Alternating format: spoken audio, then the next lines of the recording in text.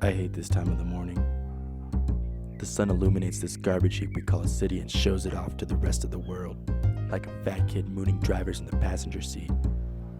But I guess that's what makes this city unique. Name's Marcus Canola, Private Eye. This is my first case, and it isn't one that could be taken lightly. Many experienced detectives attempted solving this reputable mystery before me, but only one man in this world can get the job done. And that man is me. Finding Mr. Wiggles is my chance to finally show the boys back at the precinct that my detective skills are uncomparable. But solving this mystery isn't a walk in the park. I followed the cat tracks back to a tree not too far from a local fraternity house. Something about this case stunk, but my nose was too cold to pick up the scent. As I wiped the sweat off my brow, I noticed broken glass scattered precariously on the ground and fur dangling off the rotten bark. Mr. Wiggles was here, but why? I then noticed 2 tracks of prints, one human and one feline. Was a man trying to chase the cat, or was the cat chasing the man? I couldn't tell. Either way, the groundskeepers aren't going to be happy about what happened to their flowers. Flowers. And that's when it hit me.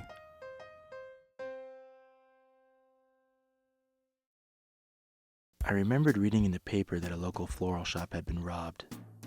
Just after the robbery, the clerk managed to spot the thief running down the street, and a cat running frantically away from the culprit. The clerk also mentioned that half the store was in shambles because of the robbery, but only one thing was stolen. And that thing just so happened to be the vase scattered on the wet grass below my very feet.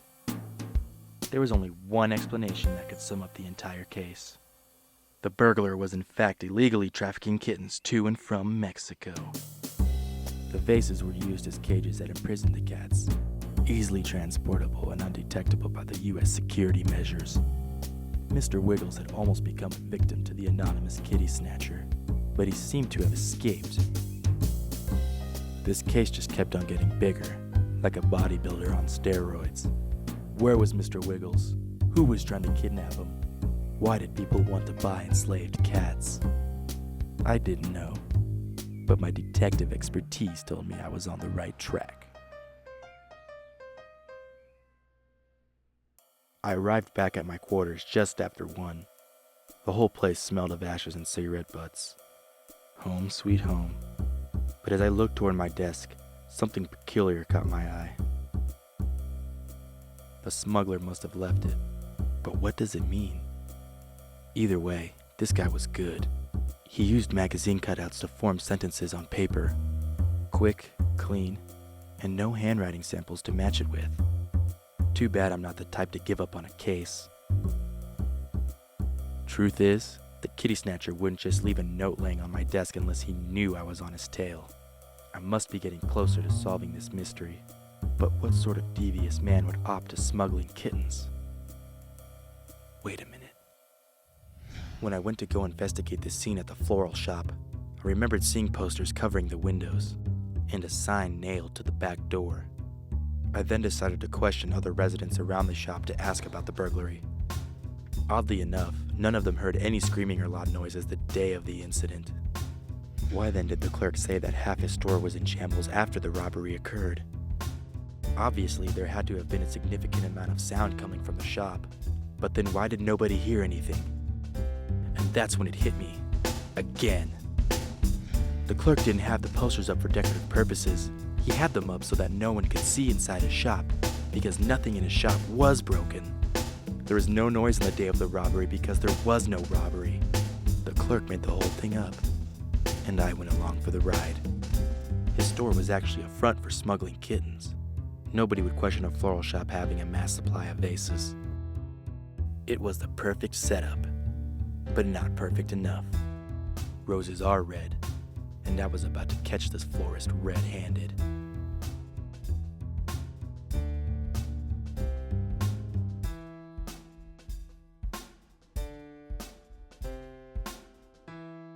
No answer. That's odd. I thought floral shops were open at noon. I guess I'll just have to... What the...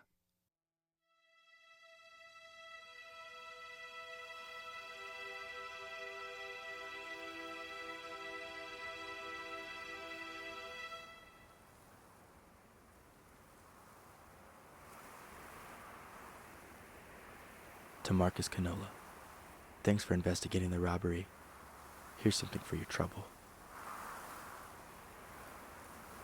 I called the sheriff soon after I saw the dead body. The police report stated that the clerk died before his head even hit the ground, but I could have sworn I saw a glimmer of life flash before his eyes prior to my leave. I never saw Mr. Wiggles after that day, and I don't think I ever will.